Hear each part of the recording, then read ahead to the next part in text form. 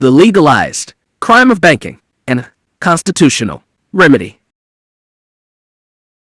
Silas Walter Adams, The Legalized Crime of Banking. From back cover. The legalized crime of banking is a simple story of the Federal Reserve System dealing principally with the unconstitutional creation of money and the control of credit by private corporations. The author suggests a concrete, simple solution which Congress could employ, which would make the transition from private banking to the Treasury without injuring anyone, enjoying a constitutional right, or without upsetting our normal course of trade, industry, and agriculture. The pauper and the rich man. The pauper, the Federal Reserve Bank with assets of $52 billion with no productive know-how and less than 100,000 stockholders, loaned the rich man, the United States government, with well over $350 billion in physical assets plus $250 billion in productive capacity and know-how. With 170 million stockholders, $300 billion to fight World War II.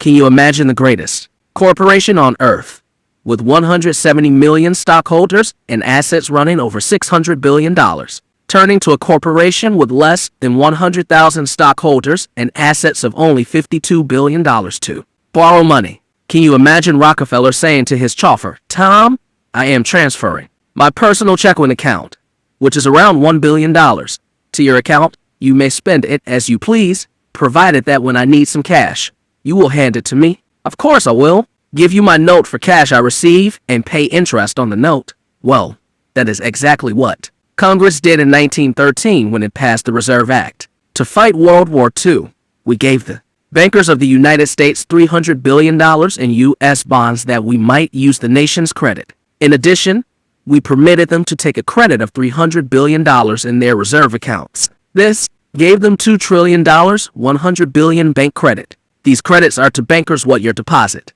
credits on their books are to you. They can lend it, or by investment obligations it is cash to them. So adding the $300 billion in bonds to their bank credit, we find that the bankers, the then paupers, came out of World War II $2 trillion, $400 billion richer than when we went into the war. The United States government, the then rich man, thanks to the stupidity and venality of her sons, congressmen, and newspapers and journals, came out of the war $300 billion in debt. And, dear reader, that fable happens to be true. Meter Publishing Company, 324 Newbury Street, Boston 15, Massachusetts. 2. Edward Kirby Meter, who has dared to publish challenging books on money, exemplifying those qualities of rugged and courageous manhood so essential in the ongoing of a free republic, in which no man should. Silas Walter Adams, The Legalized Crime of Banking. Be afraid to speak when he feels it his duty to speak. He has spoken through the many books which he has published, proving that a free press, in his opinion, is the guardian genius of a just, honest, and humane democracy. He has felt with Lincoln that to sin by silence when they know they should protest makes cowards of men. In appreciation of him as a publisher, dedicate this book. The author. To my banker acquaintances, I have assailed you in much harsher terms than I do when I think of you as my neighbor. I don't think that you ever stop to analyze what you are really doing in your banking business. I think you are a gambler at heart, and gamblers have big hearts. Al Capone took from the rich and ministered to the poor. So did Robin Hood, only, dear sirs, you don't minister to the poor. Many of you have never reasoned that you are the croupiers at the roulette tables and have been taught that it is part of the game to press your foot on the hidden pedal just in time to win the table's take. Many of you have been stepping on the pedal never knowing that you did because you were afraid to investigate, fearing that you might find you conscience and streak of honesty too big to let you keep walking on such treacherous ground. I know that you reason as my good banker friend in Port Lavaca reasoned when he said to me, "You must not forget that there is a great deal of difference between a moral wrong and a legal right, and maybe you have a true picture of banking and its evils, and say with Sir Josiah, stamp dot, but as long as the nation will let men do this thing, a man is foolish not to be a banker. I'd lay down my life for your right deeds. I would sacrifice your good esteem that I might combat a wrong. I hope that within the immediate decade, you must cease forever to be bankers and become what you stoutly maintain you are, money lenders. Yours with deep regret, S. W. Adams. What is and what might have been. First memorize the succinct, beautifully worded purposes of our government, the preamble to the Constitution of the United States. We, the people of the United States, in order to form a more perfect union, establish justice, ensure domestic tranquility, provide for the common defense. http://yamaguchi.netfirms.com/legalized_01.html 2 of 6 5.4.20069 hours 12 minutes and 58 seconds. Silas Walter Adams, the legalized crime of banking. Promote the general welfare and secure the blessings of liberty to ourselves and our posterity, do ordain and establish this Constitution for the United States of America. Under the Federal Reserve banking system, World War II has cost us to date, U.S. bonds, a gift to bankers, $250 billion. New customers' deposits, $250 billion. Created new bank credit, a gift, $1,250 billion. Annual interest to date, $120 billion. Total, $1,870 billion. By 1980, another $130 billion in interest will make the cost of World War II exactly $2 trillion. $2 trillion. Had Congress in 1933 taken over the creating of money and the keeping of the people's deposits, cashing and clearing our checks, World War II would have cost us just $250 billion, and to date that would have been a saving to the people of the stupendous sum of $1,620 billion, trillion, and the cost for future wars, and they will always be the creatures of bankers, annually, will be $32 billion. This cost since World War II has approximately amounted to $384 billion, which is more than the total wealth of the United States in 1932. The legalized crime of banking, and a constitutional remedy. Chapter 1. Forward. 52 years ago in August 1905, I went to Abbott, Texas, as principal of the school. Later, in the fall, the little bank in West Texas, 7 miles away, failed. This story was told to me.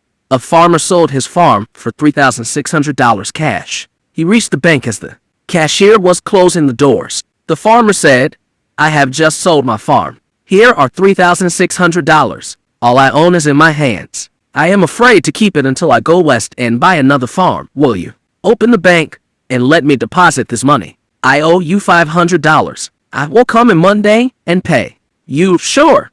replied the young cashier. He reopened the doors, took the farmer's money, gave him a deposit slip, knowing that the bank was busted and would not reopen Monday. He stuck the money in his expensive pants pocket, closed the doors, and later boarded a train for Dallas for weekend of pleasure, as was the custom in those days. He didn't open the bank on Monday. The bank later was open, and the vault was clean of cash. A reward was offered for the cashier's arrest in return. A friend brought him in, and they split the reward. The youth of the town met the train and gave him an ovation. A moot court freed him. Depositors lost all. The farmer lost his $3,600. The bank went to the same court and got judgment against the farmer for the note plus interest and costs of court. When I heard that story and learned that the law permitted crooked bankers to close their doors, write off every deposit on their books, yet sue those same depositors if they owed the bank and get judgment, and the depositors could not sue the bankers and get judgment for the lost deposit credits, not even when the depositor had put actual cash in the day before the bank closed. As had the farmer, I said to myself, the real me. I shall set myself to the task of learning how such a crime against decency, justice, and equity could have the sanction of law, why a deposit slip has no standing in court, yet the note a man gave the bank for the deposit slip has. Why a depositor could not sue a busted bank on a deposit slip and get judgment against the stockholders of the bank, while the stockholders can sue and get judgment on the note the depositor gave the bankers in exchange for the deposit slip. Why a banker could take a farmer's cash, his life savings, and abscond legally, then sue the victim on his note and get judgment. Yet the depositor had no recourse at law. So for 52 years, the practices of bankers have been deep in my subconscious mind. I have read everything that I could find on banking and money, scanned newspapers and magazines for revealing information. I found that all I read was colored or half told, that the people might be kept ignorant of money, banking. Bankers misinformed me as often as I asked them for information. I could only observe bankers in action from the deposit window point of view, and as a borrower, A quarter of a century later, I had the answer, but I still lacked official confirmation of my discoveries. On May 1st, 1939, the Board of Governors of the Federal Reserve System published a booklet of 128 pages, The Federal Reserve System, Its Purposes and Functions. I got hold of a copy. It officially confirmed the correctness of my findings. The Constitution of the United States of America is explicit in its delegation of powers to Congress. It says, the Congress shall have power to coin money, regulate the value thereof, and a foreign coin, and fix the standard of weights and measures. After enumerating the legalized crimes of banking and proving that the coining of money and credit cannot be redelegated to others, I shall outline the plan of returning to the Congress of the United States the creation of our money and the control of the nation's credit. This change will not be felt adversely by the honest, working citizen, and it will greatly improve our economic situation. It will hurt bankers, stock market gamblers, those who live by their smartness. In the language of Sir Josiah Stamp, President of the Bank of England and the second richest man in the British Empire, as said in an informal talk to 150 University of Texas history, economics, and social science professors in the 20s. Banking was conceived in iniquity and born in sin. Bankers own the world. Take it away from them, but leave them the power to create money and control credit, and with the flick of the pen, they will create enough money to buy it back. Again, take this power away from bankers, and all great fortunes like mine will disappear, and they ought to disappear, because this would then be a better and a happier world to live in. But if you want to continue to be the slaves of bankers and pay the costs of your own slavery, let them continue to create money and control credit. Stop and find your place in our present economic system. That is, are you a beneficiary, or are you a victim? Are you a gainer, or are you a loser? If you work for a living, with hands and/or head, or both, or work for others for pay, you are a loser, the heaviest of all losers. You toil to provide man all his material wants, or to serve him, and you are paid with the cheap, inflated 25-cent dollar, which we persistently call a 100-cent dollar, a private dollar created by a private corporation. If you have earned your money either by producing something, working for yourself or as an employee, or in serving others, and through thrift and economy you have stored it away for the rainy day, or if an honest man and would not take anything from another that you did not give in return an equal value of goods and/or service, you are doubly a loser, for the banker's constant stream of created new dollars pouring into circulation cheapens your dollar and lowers its buying power. You get only a pound of coffee today for the same money you could buy 4 pounds of coffee in the 30s. If you are on a pension or living on your life saving, even on the coupons you have been clipping from World War II U.S. bonds, you are a helpless loser, because bankers in the last 20 years have reduced the buying power of your dollar to 1/4 its 1935 buying power. But if you are a gambler and live by your wits, play the stock markets, and otherwise take usury, take from others without producing or serving others, take that which you have not earned, you are a gainer, more an enemy of all honest, producing, serving, toiling people. You are the burden that is crushing to the earth the masses, the 99 and 9 of us. Austin, Texas, The Legalized Crime of Banking. Preface. On July 4th, 1951, I issued a little 16-page pamphlet, The Legalized Crime of Banking, Facts About Money, and it slept peacefully in my office until on or about July 4th, 1957. In some way, an interest grew among the people, and now I am getting orders for it from coast to coast.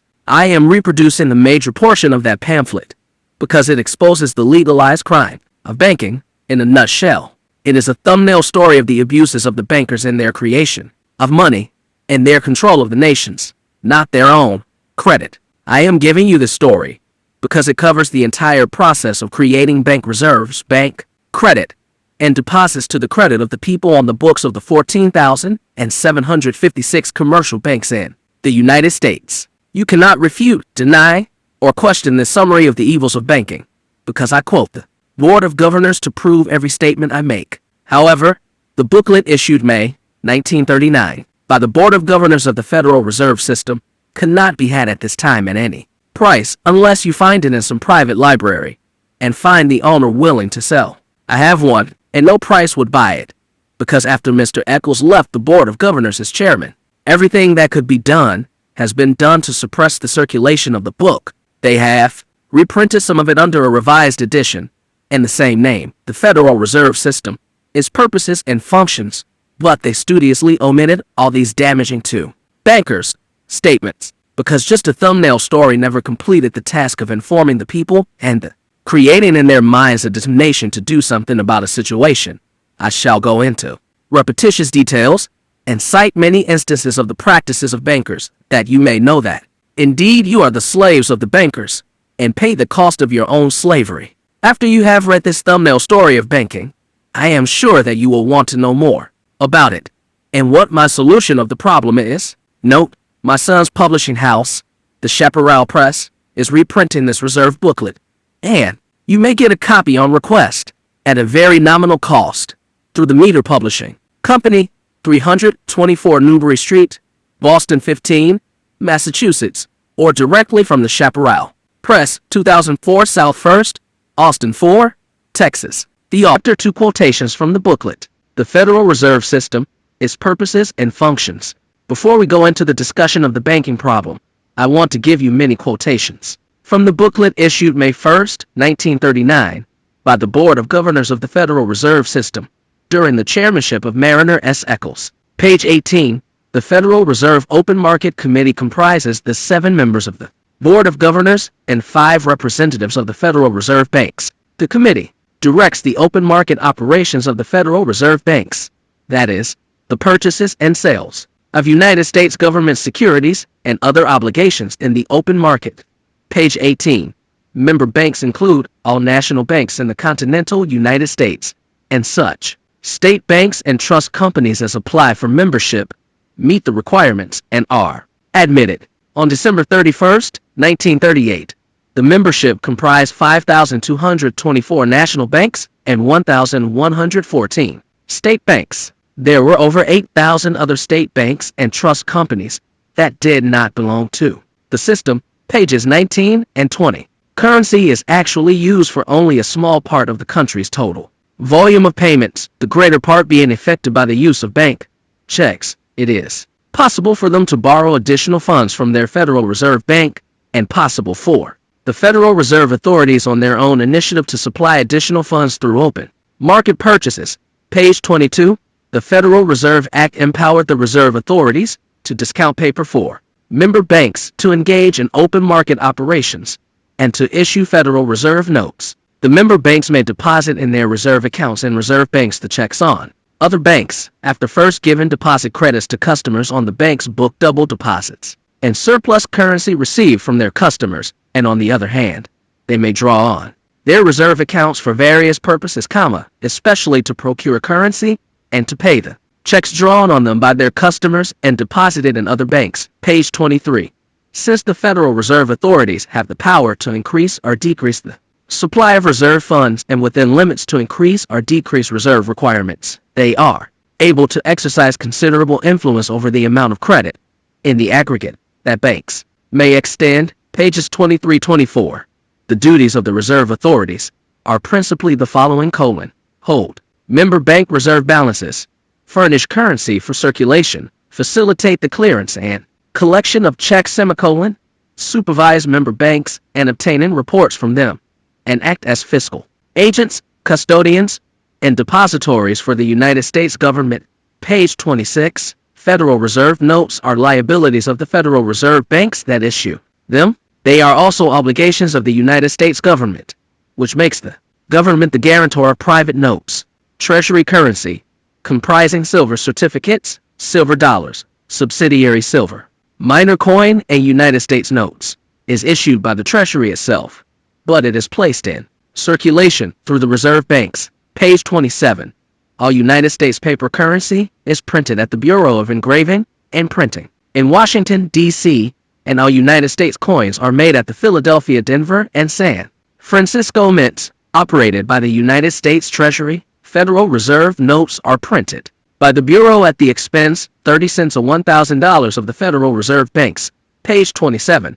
There are 2 principal ways by which any individual gets paper money and coin. Either he draws it out of his bank and has it charged to his account, or he is paid for his labor, his services, or his merchandise with money that has been drawn out of a bank by someone else. Page 28. Banks provide themselves with the amounts and kinds of cash that the people want. Member banks depend upon the Federal Reserve banks for replenishment of their supply, ordering what they require and having it charged to their reserve accounts. Non-member banks generally get their supply from member banks. Pages 30-31. The use of checks is facilitated by the services of the Federal Reserve banks in clearing and collecting them through the reserve accounts of member banks. For example, suppose a Hartford, Connecticut manufacturer sells $1,000 worth of electrical supplies to a dealer in Sacramento, California, and receives a check on a bank in Sacramento. The Hartford manufacturer deposits the check in his Hartford bank. The Hartford bank does not require cash for the check, semicolon. It wants credit in his reserve account at the Federal Reserve Bank of Boston. Accordingly, it sends the check to the Federal Reserve Bank of Boston, which credits Hartford Bank's reserve account $1,000. The Federal Reserve Bank of Boston sends it to the Federal Reserve Bank of San Francisco. The Federal Reserve Bank of San Francisco debits the Sacramento Bank's reserve account $1,000 and sends it to the Sacramento Bank. The bank in Sacramento charges the check account of the depositor, the electrical dealer who wrote it, and either remits the amount to the Federal Reserve Bank of San Francisco or authorizes the San Francisco Reserve Bank to charge the amount to his reserve account. The Federal Reserve Bank in San Francisco thereupon credits the Federal Reserve Bank of Boston. The Federal Reserve Bank of Boston in turn credits the account of the Hartford Bank. Thus, the check affects the transfer through the Federal Reserve Banks of $1,000 of deposit credit from the checking account of the dealer in Sacramento to the checking account of the manufacturer in Hartford, and transfers $1,000 in reserve from San Francisco Reserve Bank to Boston Reserve Bank to credit of Sacramento Bank. Page 32. Checks which are collected and cleared through Federal Reserve banks must be paid in full by the banks on which they are drawn, without deductions of a fee or charge. Page 35. The 12 Federal Reserve banks carry the principal checking accounts of the United States Treasury, handle much of the work entailed in issuing and redeeming government obligations, and perform numerous other fiscal duties of the United States government. Page 39. The aggregate deposits in the banking system as a whole represent mainly funds linked. http://yamagachi.netfirms.com/legalized_02.html 2 of 7 5.4.20069 hours 13 minutes and 3 seconds. Silas Walter Adams, The Legalized Crime of Banking. By banks or paid by banks for securities, mortgages, and other forms of investment obligations. It may seem that it should be the other way around, that bank loans and investments would be derived from bank deposits to the credit of customers instead of bank deposits being derived from loans and investments. And it is true that deposits would not grow out of loans of currency, were to be used by the public for monetary payments to the exclusion of bank deposits transferable by check. But as it is, the public in general prefers to have its monetary funds, including what it borrows, on deposit in banks rather than in the form of currency in his own possession. The result of this preference is that the proceeds of loans go on deposit to be disbursed by checks, and aggregate deposits are increased. Suppose, for example, that a man borrowed $1,000 from a bank and took his loan in currency. The bank would have $1,000 less currency than before, and in its place a promissory note for $1,000. Its deposits would remain unchanged. But when others returned the cash for deposit, new deposits would be created. But suppose that the borrower, preferring not to take the currency, asked for $1,000 deposit credit instead. The bank would have $1,000 more deposits. Also, the note in his books. The loan, instead of decreasing the bank's cash balance, would have increased its deposits. Or suppose that the bank purchases a $1,000 government bond from one of its customers. The customer does not want payment in currency. He wants payment in deposit credit. Accordingly, the bank acquires a $1,000 bond, and its deposits increased by $1,000. The bank's currency is not involved in the transaction and remains what it was. When banks give deposit credits to their customers, they assume an obligation to pay the customers' checks. Consequently, they must have funds on hand for the purpose, though ordinarily the amount need not be more than a small fraction of the total deposit liability. Footnote, page 40.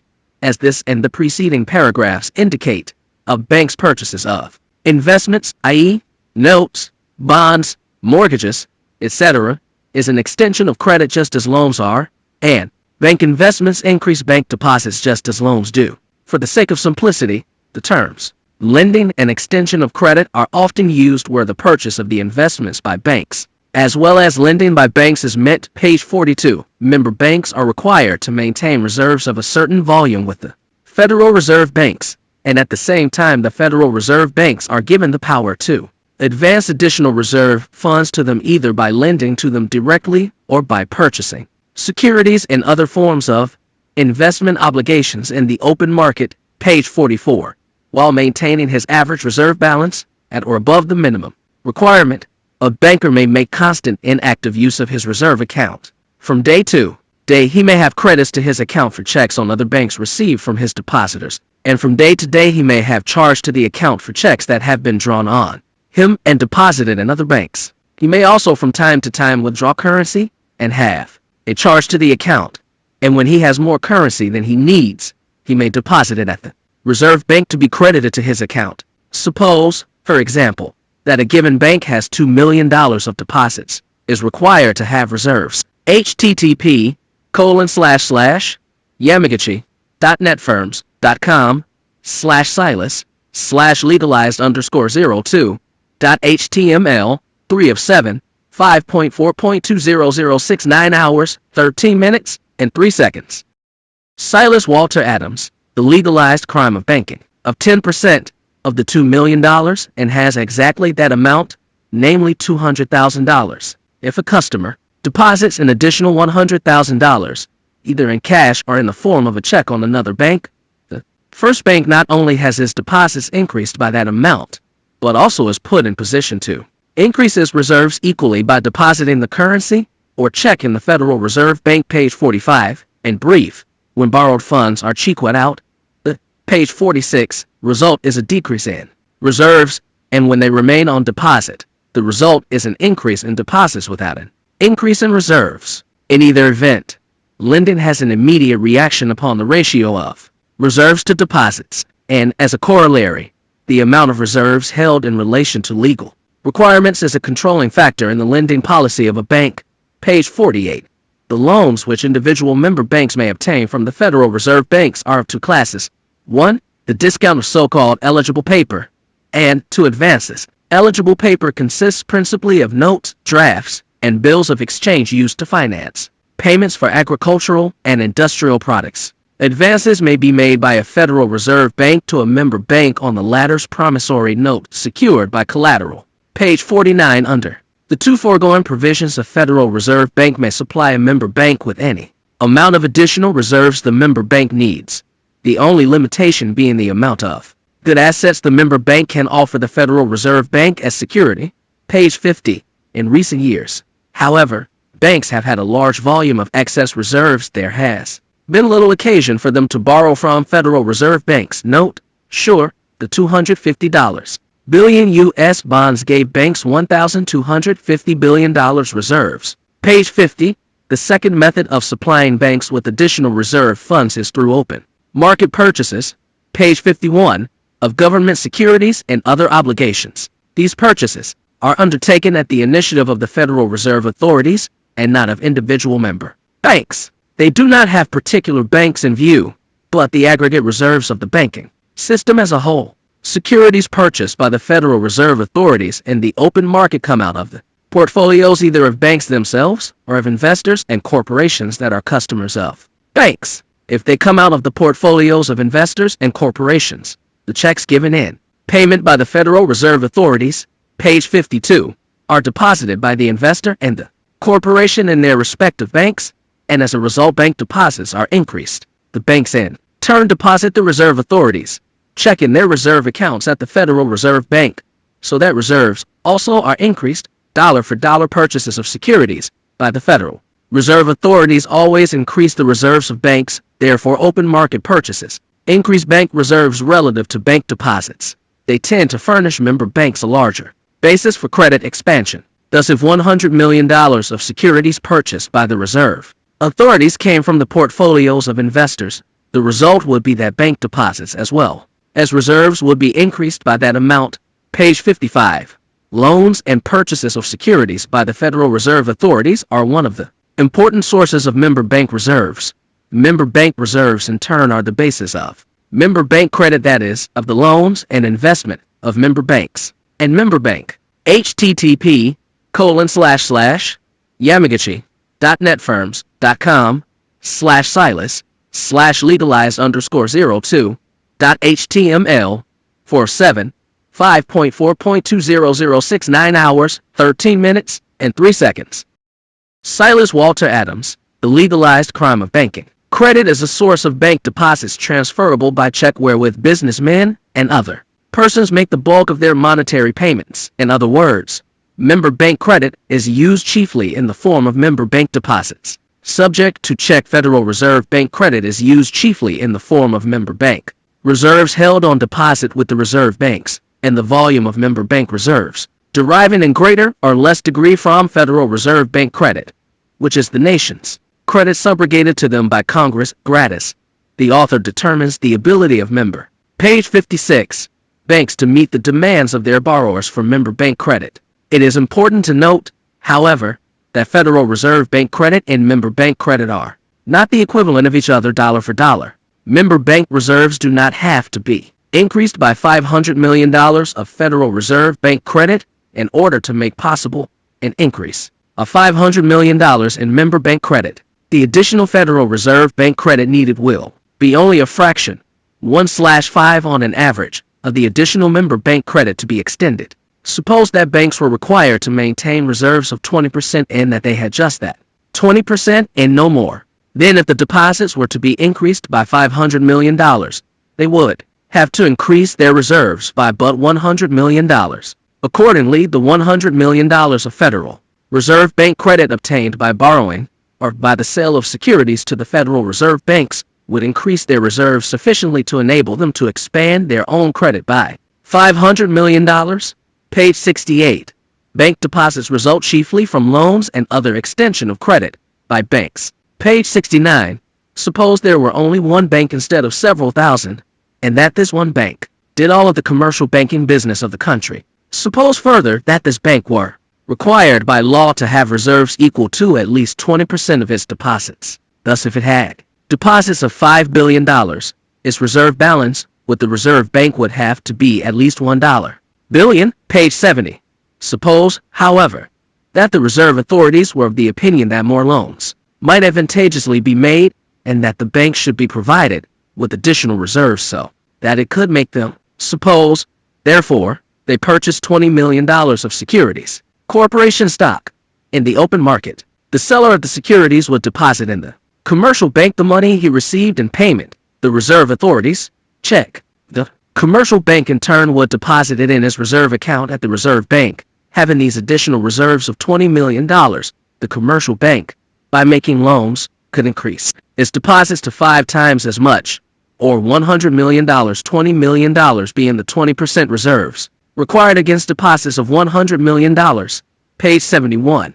The same principle that would hold if there were only one bank holds true of all banks taken together. All banks must be one. The author, by the normal and active process of clearing the enormous number of checks that are constantly being drawn on one bank and deposited in another, thereby entailing the transfer of funds from one reserve balance of one bank to the reserve balance of another. Page 75. The practical consequence of this is that the Federal Reserve authorities by http://yamagachi.netfirms.com/legalized_02.html 507 5.4.20069 hours, 13 minutes, and 3 seconds. Silas Walter Adams, The Legalized Crime of Banking. Supplying a relatively small volume of additional reserve funds make it possible for the banking system as a whole to supply the public with a far greater additional volume of credit. Note bottom page 75. The reserves required are not 20% at present, 1938, but about 15% is the average. The figure 20% has been used for greater simplicity in illustration. Page 84. The nature of Federal Reserve Bank credit. Credit in general is a matter of Monetary agreement, the essence of it being an acceptable promise to pay. Bank credit is a special form of credit, peculiar in that it involves a promise or assumption of liability by a bank, given in exchange for a promise made to the bank. Thus, the bank accepts a promissory note of a customer and in exchange promises to pay the customer a corresponding amount which, pending his order, is carried on his books as a deposit in his favor. Bank credit plays a vitally important part in modern economic life. As a source of bank deposits transferable by check, it provides the funds with which the bulk of monetary payments is effected. It is always interchangeable with legal tender money, but for the most part it is not derived from legal tender money, nor does the volume of bank credit bear any relationship to the volume of legal tender money. If the volume of loans that banks could make, and of deposits they could accept were limited to the volume of currency in existence, bank credit would not have the utility and inexhaustibleness in our economic system.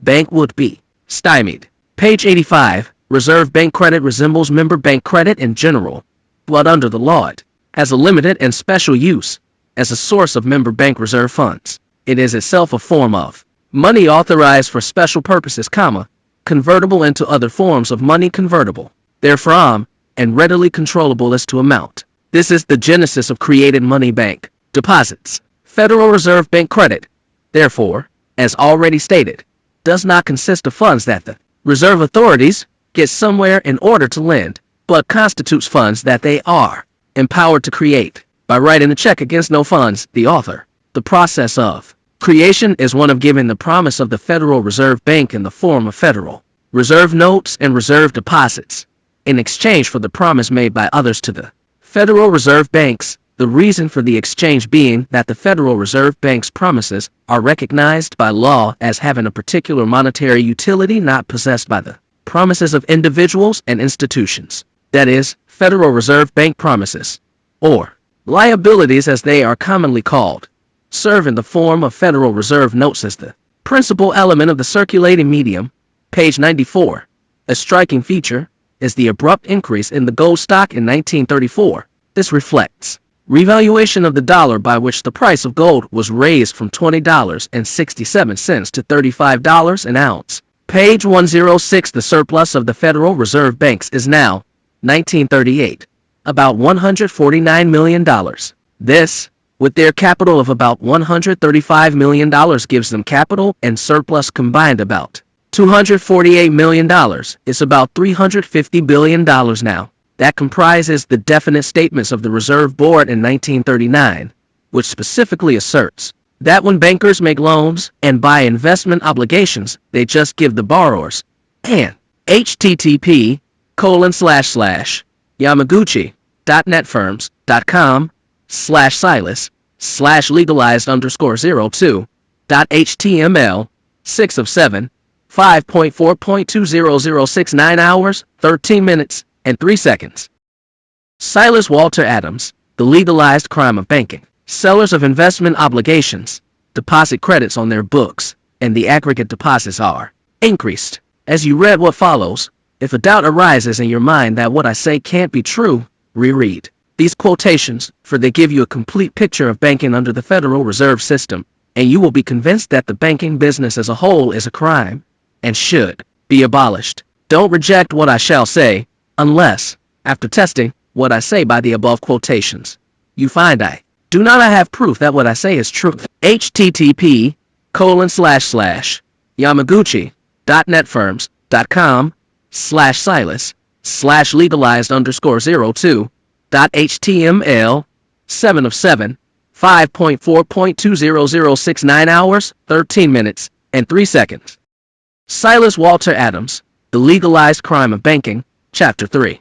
Chapter 3. What the leaders of men have said about money. In the past, those who have tried to change our monetary system have been greenbackers, free coinagers, and 16-tonners. These reached their highest altitude of absurdities in Coin Harvey, who wanted to load the buyer down with tonnages of silver dollars beyond the power of the transportation system to carry from buyer to seller. All of them have kept their eyes and their readers' eyes so close to currency, bills, and coins, that they could never see either the fallacy of thinking of money in terms of cash, currency, or of trying to carry on modern business by transporting tons of currency back and forth between buyers and sellers. living in remote points from each other. But it has been necessary to keep the people believing that cash is the real money of the nation, in order that bankers may continue to hide behind the lie that they are lending the depositors money, that they have had many columns of deposits, but only a fragment of the total deposits, to the credit of all of the people, appears in the only two items mentioned in their meaningless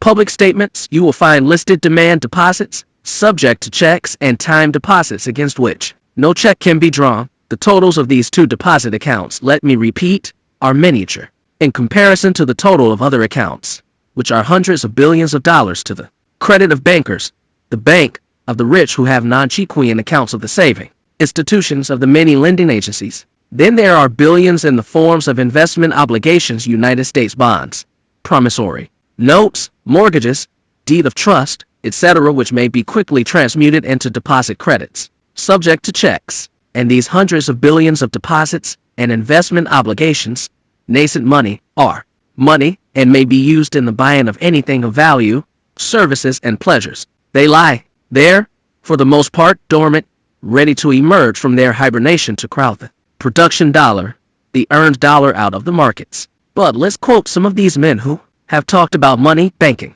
Rothschild said, "Let me have the power to issue and control a nation's money, and I care not who writes his laws."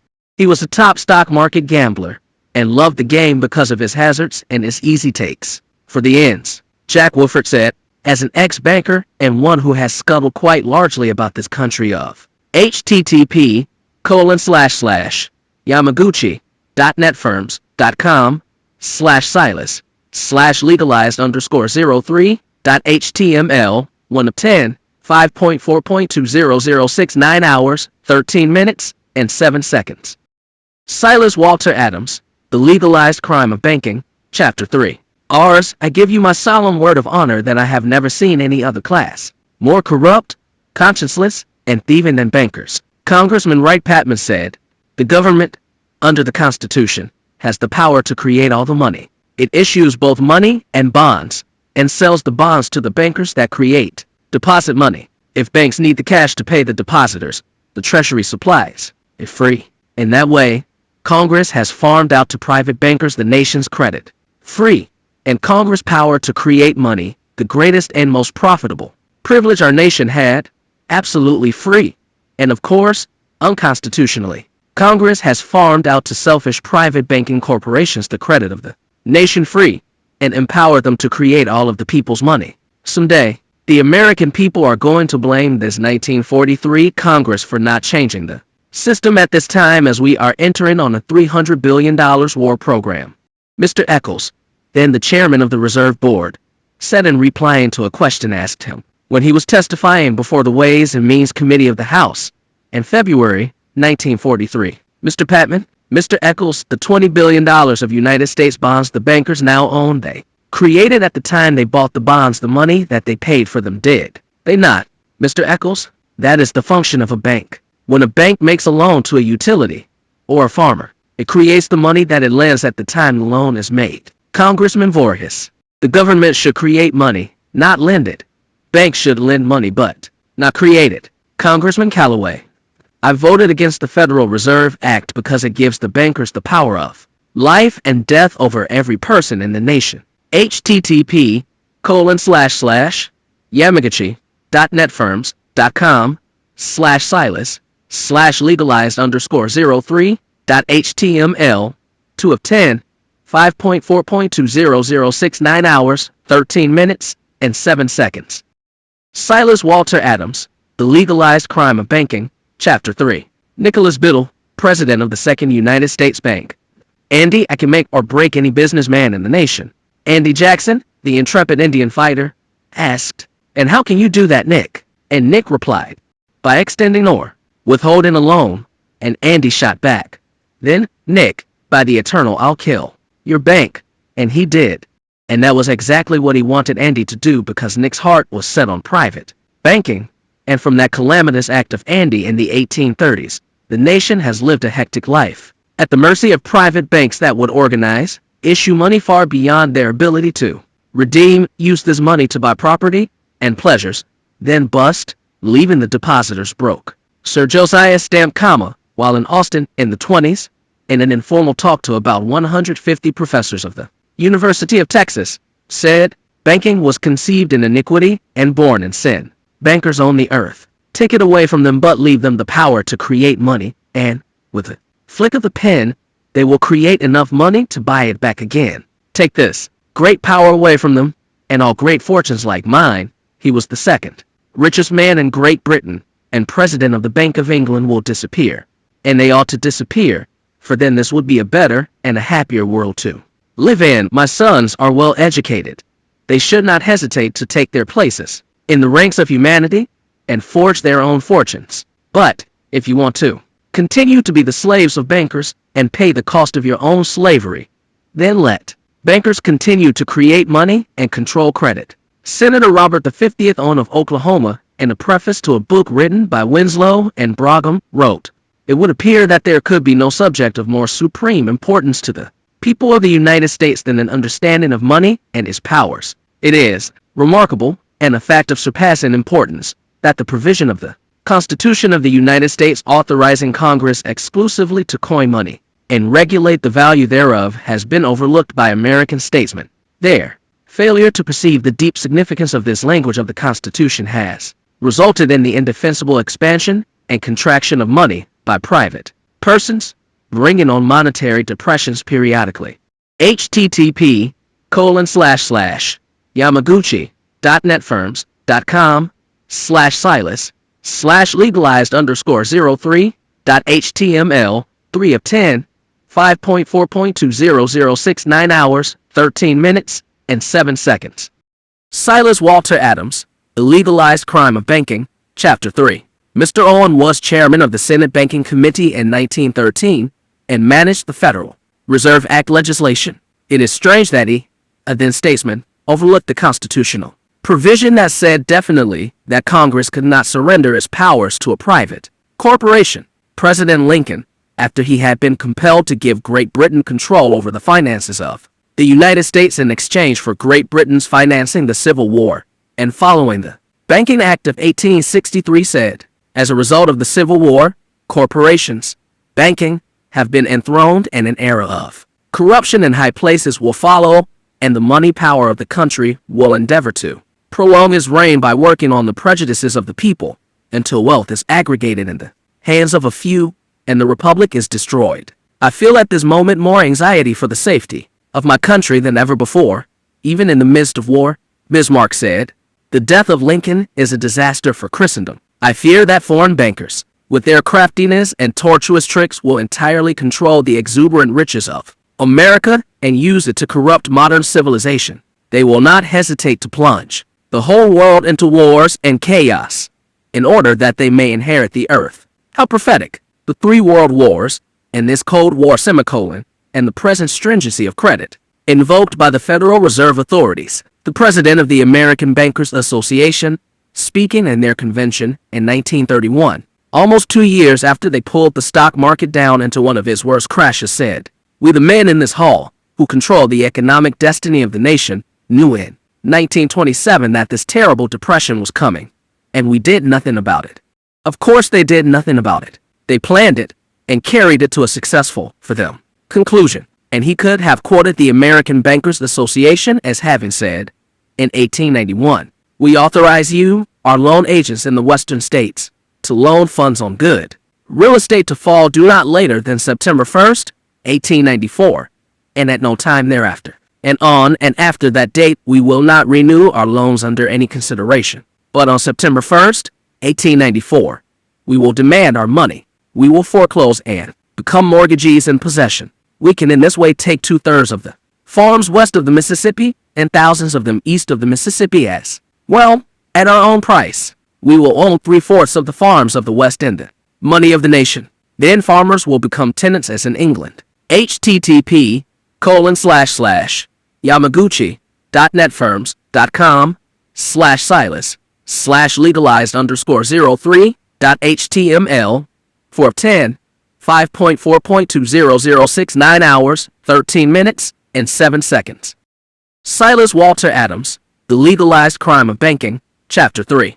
Comment: Thus they planned panics of 1893 and reaped harvests of farms in 1894, as planned. In 1891, in fact, every panic, depression, and the present threatened recession, which will be in the language of a Dallas banker, a honey was blueprinted and managed by the bankers of America, directed by the bankers of London, Berlin, Paris. The American Bankers Association, 1 week after Grover Cleveland was inaugurated on March 11, 1893, sent the following letter to all bankers. Dear Sir, the interest of national banks requires immediate financial legislation by Congress. Silver certificates, and U.S. Treasury notes must be retired. National bank notes on a gold basis must be made the only money. This will require the authorization of $500 million to $1 billion new U.S. bonds as basis of circulation. You must retire at once 1/3 of your circulation and call in loans.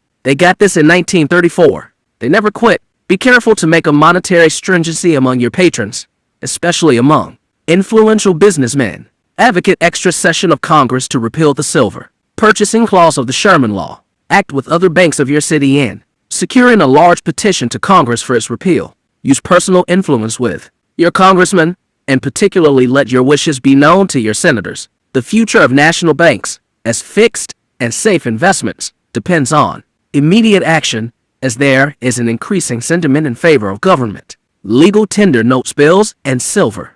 Ex-President John Adams wrote to his friend ex-President Thomas Jefferson and said, all the perplexities, confusion, and distress in America rise not from defects in our Constitution, not from want of honor or virtue, so much as from downright ignorance of the nature of coin, credit, and circulation. Siegfried said, finance, money, credit, international banking knows no boundaries of nations, no tongue, no color, no creed. It is the universal language of exploitation and tyranny. It robs the American farmer, the Welsh miner, the Czech glassworkers, the toiling, serving, and producing men, women, and children with equal complacency. It knows no mastery but its own, no service but to itself, no means but money. It will brook no opposition. John Skelton Williams, comptroller of the currency, said to the Deflation Committee of the American Bankers Association in 1920, in protest of their resolution to contract money and http://yamaguchi.netfirms.com/legalized_03.html 5 of 10, 5.4.20069 hours, 13 minutes, and 7 seconds. Silas Walter Adams, The Legalized Crime of Banking, Chapter 3. Credit, exactly what bankers of 1957 are doing. Don't you know that this will break every little bank in the country? And the bankers replied cold-bloodedly, they ought to break. There are too many of them. But, he retorted, don't you know that it is going to ruin lots of farmers? Again they replied cold-bloodedly, they ought to be ruined. They are getting so prosperous, following World War I. They won't work. You only have to recall the late 20s and 30s to remember how thoroughly the bankers busted the little banks, the farmers, and the small businessmen. Henry Ford said, here is a nation that might be the richest nation on earth, when actually we haven't enough of anything, because there is not enough production. The need is here. The ability to produce is here. The people are eager to produce, willing to work. The stoppage is the system that puts profits before production, and that is the money system. A final personal story. A local linotype operator in Austin, who is steadily employed, got a notice from a local finance company, and all of them are children of bankers, through whom they shunt their mountains of deposit credits in their surplus and undivided profits columns, informing him that he had a $400 loan without investigation or bother for him, if he would come in and claim it. Well, the working man's family never have their wants satisfied, so he went down and was met with glad hands, and unction dripped from the lender's jowls. Without investigation, for the lender had done that, finding the man regularly employed. A loan agreement, not a note, was laid before him for his signature, with the assurance that he, the lender, would complete all the papers and send them to him in a few days. The man couldn't suspect such a nice man's being tricky, so he signed the loan agreement, for that is what it amounted to, and the lender handed him a check, and wished his victim on his way. Said the borrower to me, in a few days I got the papers and found that my life had been insured, the debt had been insured, and costs of making the loan had been added, and instead of My loan agreement calling for my payment in installments of $400 and interest. It called for a total payment of $676 in installments, and that loan agency is a department of an Austin bank. And my final quote from our Constitution, http://yamagachi.netfirms.com/legalized_03.html 6 of 10 5.4.20069 hours, 13 minutes, and 7 seconds. Silas Walter Adams, The Legalized Crime of Banking, Chapter 3. Article 1, Section 1. All legislative power herein granted shall be vested in Congress of the United States, which shall consist of a Senate and a House of Representatives. Section 8. The Congress shall have power to coin money, regulate the value thereof, and a foreign coin, and fix the standard of weights and measures. Section 10. No state shall coin money, amid bills of credit, make anything but gold and silver coin tender in payment of debt. Then, constitutionally, there could be no state bank chartered. Congressman Wright Patman has said, the government of the United States, under the Constitution, has the power, and it is the duty of the government to create all money. This being true, why should Congress sit idly by and allow the private banks to expand $20 to $1, or even $50 to $1, in order to finance the war and the other costs of government, when it is nothing more nor less than Congress permitting the credit of this nation to be farmed out for the selfish benefit of private banking corporations? The Treasury issues both money and bonds. Under the present system, it sells deposits, the bonds today, the banks that creates money, bank deposits. Then if the bank needs the actual money, the actual printed greenbacks or coins to pay the depositors, the Treasury will furnish that money to pay the depositors. In that way, Congress farms out the use of the government's, nation's, credit absolutely free. It is the duty of Congress to issue coin or create money and regulate its value. Under the Constitution, this great privilege has been farmed out free to the privately owned banks by Congress. This privilege is worth billions of dollars a year to those exercising it under laws passed by Congress. The United States Treasury prints and issues both the interest-bearing bonds and the money, bills, and coins, which is another form of government obligation, not interest-bearing. The reserve banks are owned by the private commercial banks, including the bank that bought the bonds. The Federal Reserve Banks are federal in name only. They are owned lock, stock, and barrel by the private commercial banks, which have invested a very small sum of money upon which they get 6% per annum. http://yamagachi.netfirms.com/legalized_03.html 7 of 10 5.4.20069 hours, 13 minutes, and 7 seconds. Silas Walter Adams, The Legalized Crime of Banking, Chapter 3.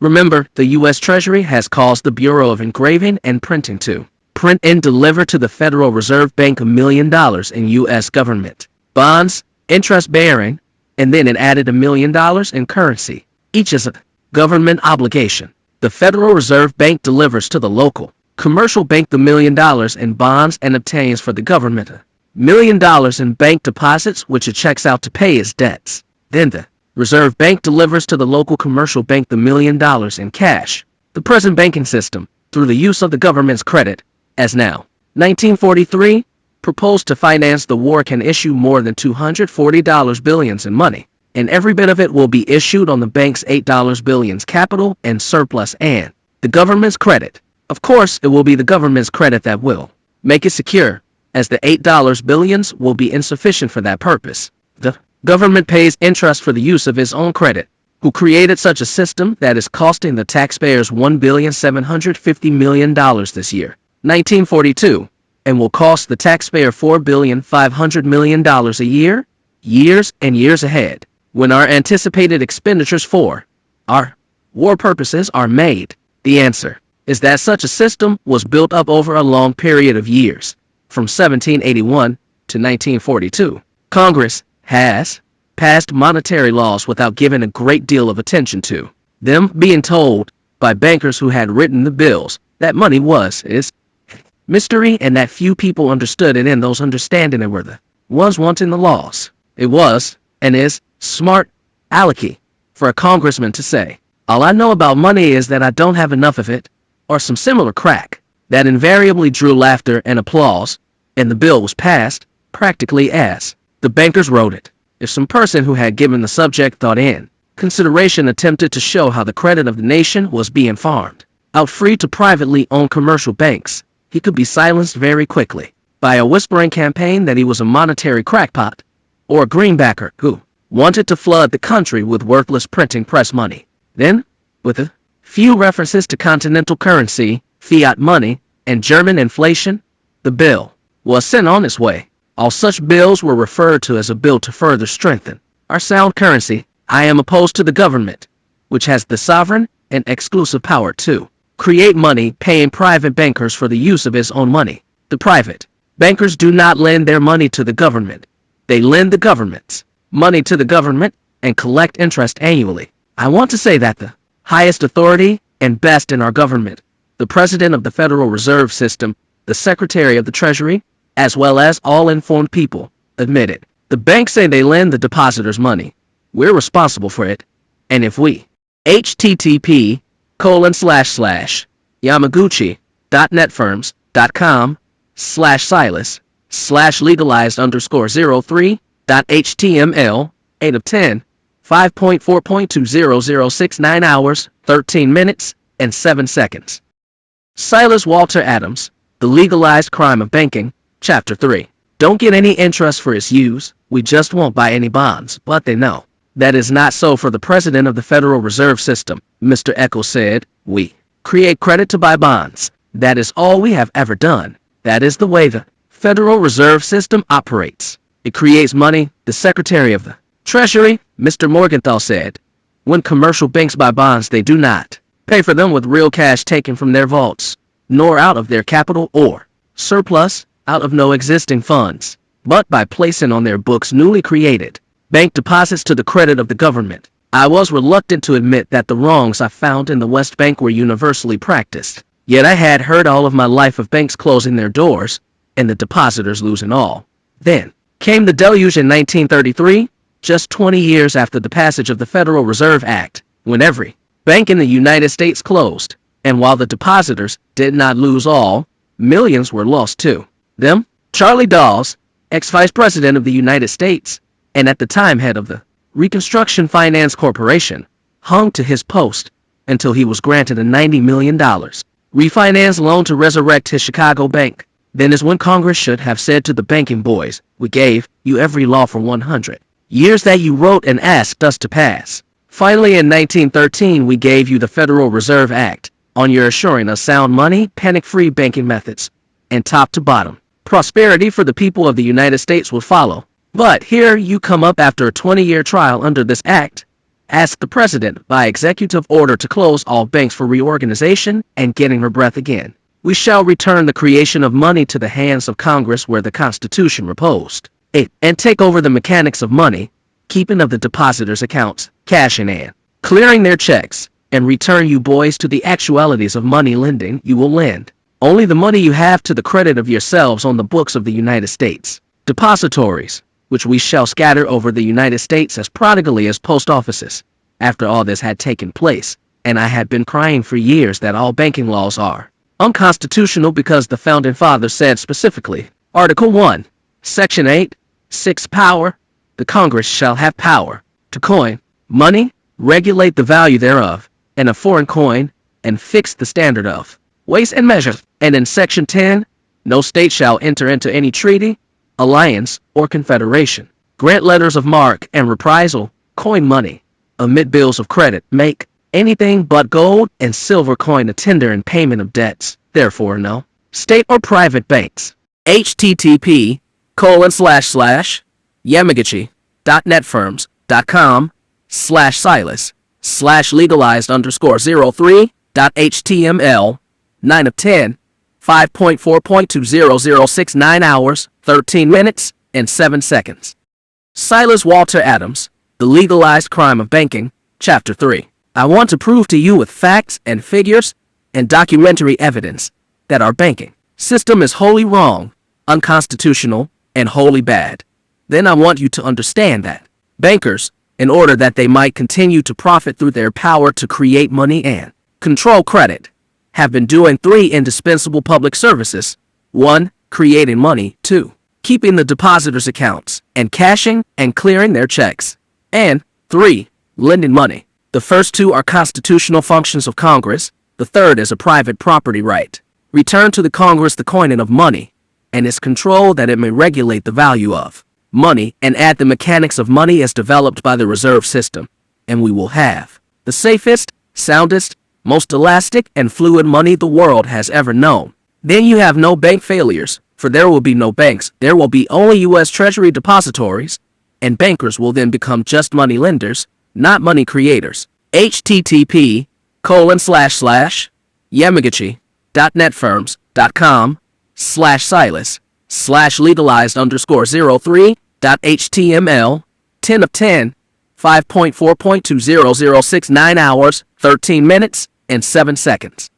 Silas Walter Adams, The Legalized Crime of Banking, Chapter 4. Chapter 4. The Legalized Crime of Banking. I reprint the first 11 pages of a 16-page pamphlet printed July 4, 1951. It is the full story of the creation of money by the reserve banks, with all of the camouflage torn away. The enormity of the crime of banking strikes you a stunning blow when you read that the bankers profited in the last world war over $1 trillion, and the people lost that amount, plus the lives of many of our manhood's best, and billions in property destruction. Read the story as a starter of that completer story to follow. Facts about banking every citizen should know. When you tear away from money the many confusing false statements bankers have used to camouflage, to obscure their corrupt and thieving practices, you will find that money is not a mysterious thing. They have kept men's minds confused, knowing it is in confusion that they are safest from the discovery of their crimes. They drilled into our minds that only a fool will try to understand money so well that even their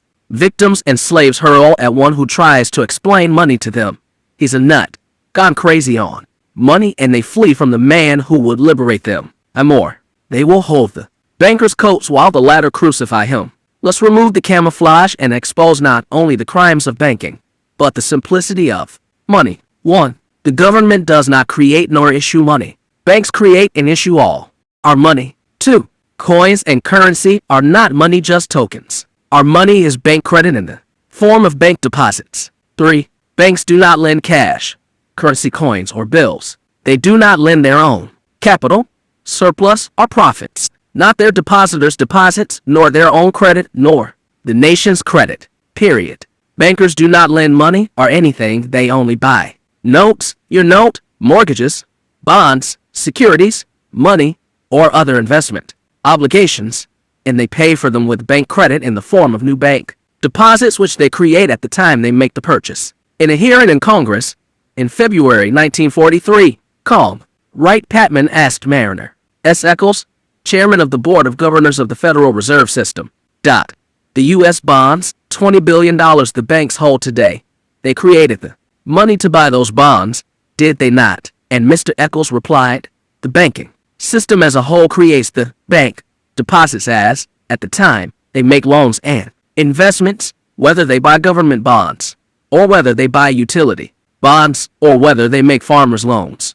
http://yamaguchi.netfirms.com/silas/legalized_04.html 1 of 7, 5.4.2006 hours, 13 minutes, and 12 seconds.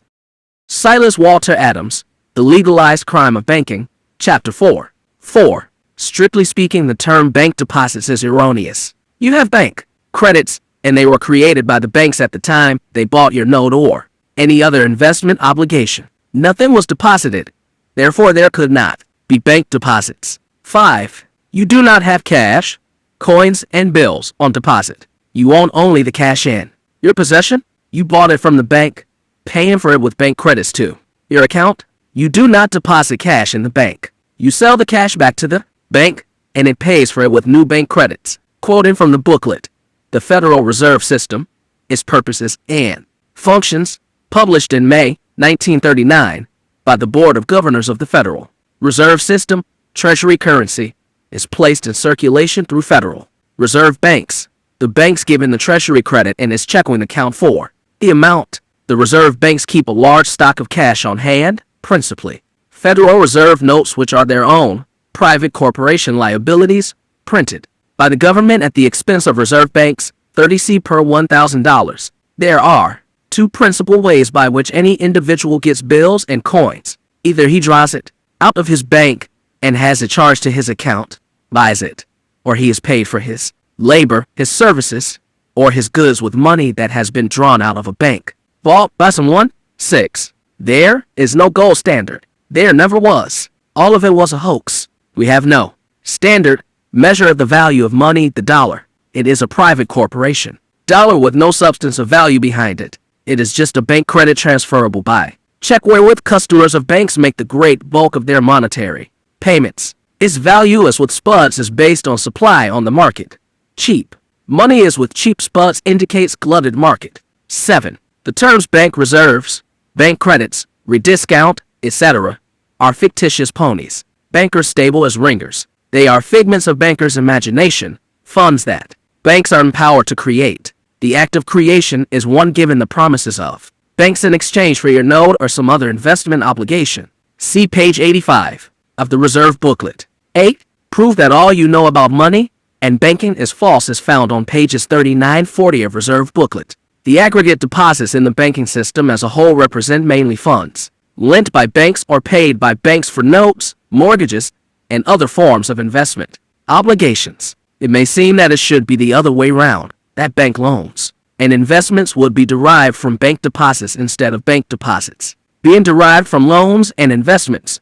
Well, bankers have told you that they loan their depositors deposits, haven't they? Semicolon. And it is true that deposits would not grow out of loans and investments if currency were to be used by the public for monetary payments to the exclusion of bank deposits transferable by check. But http://yamaguchi.netfirms.com/legalized_04.html 2 of 7 5.4.20069 hours 13 minutes and 12 seconds.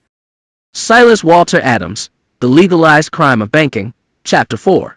As it is, the public in general prefers to have its monetary funds, including what it borrows, on deposit in banks rather than in the form of currency in his own possession. The result of this preference is that the proceeds of loans and investments go on deposit to be dispersed by check, and aggregate deposits are increased of banks' purchase of investments, i.e., notes, mortgages, bonds, etc., is an extension of credit just as loans do on page 55. Loans and purchases of securities by the Federal Reserve authorities are one of the important sources of member bank reserves. Member bank reserves, in turn, are the basis of member bank credit, that is, of the loans and investments of member banks. And member bank credit is a source of the bank deposits transferable by check wherewith businessmen and other persons make the bulk of their monetary payments. On page 56, the reserves which member banks are required to maintain are only a fraction of their deposits, ranging from 5% to 25%. Suppose banks were required to maintain 20% and that they had 20% and no more. Then if their deposits were to be increased by $500 million, they would have to have their reserves increased by $100 million. Accordingly, $100 million of Federal Reserve bank credit obtained by the purchase of securities by the Federal Reserve authorities would increase their reserves sufficiently to enable the banks to expand their own credit by $500 million, and this would enable them to make loans and buy securities to the amount of $500 million, which would increase the bank deposits $500 million.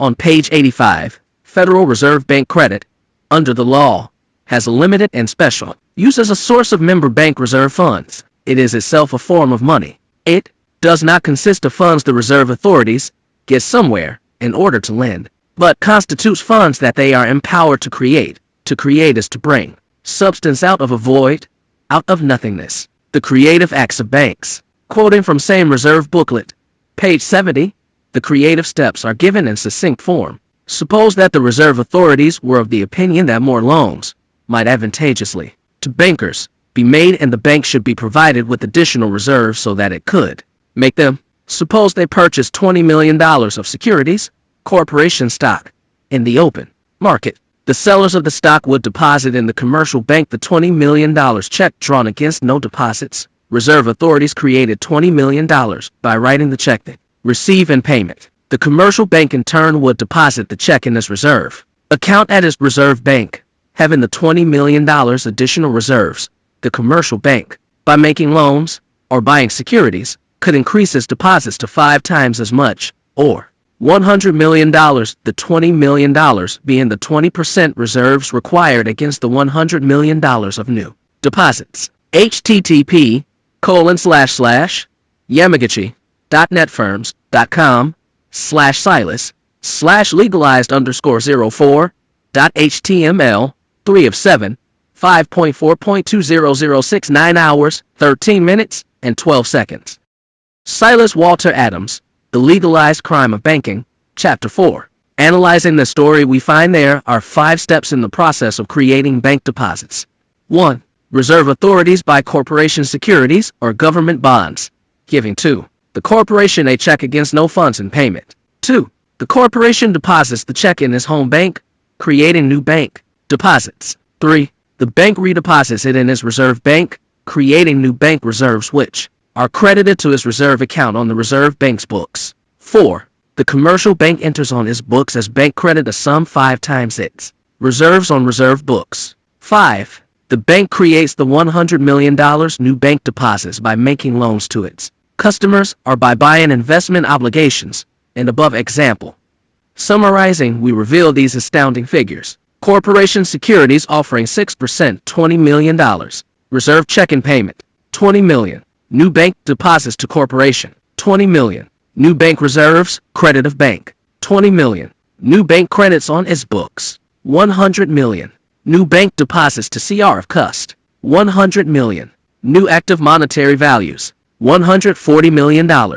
In the process, the banks created $120 million bank deposits, came into ownership of the $20 million corporation stock and $100 million in personal notes, mortgages, bonds, etc. They will resell the corporation stock and add the $20 million bank deposits they received for them to their profit account, for the stock did not cost them a thin dime. In due course of time, the bankers get bank deposits for all loans and will resell all securities and add this $100 million plus interest to their account, making a total of $120 million plus interest and dividends the bankers add to their profit accounts when the cycle is completed.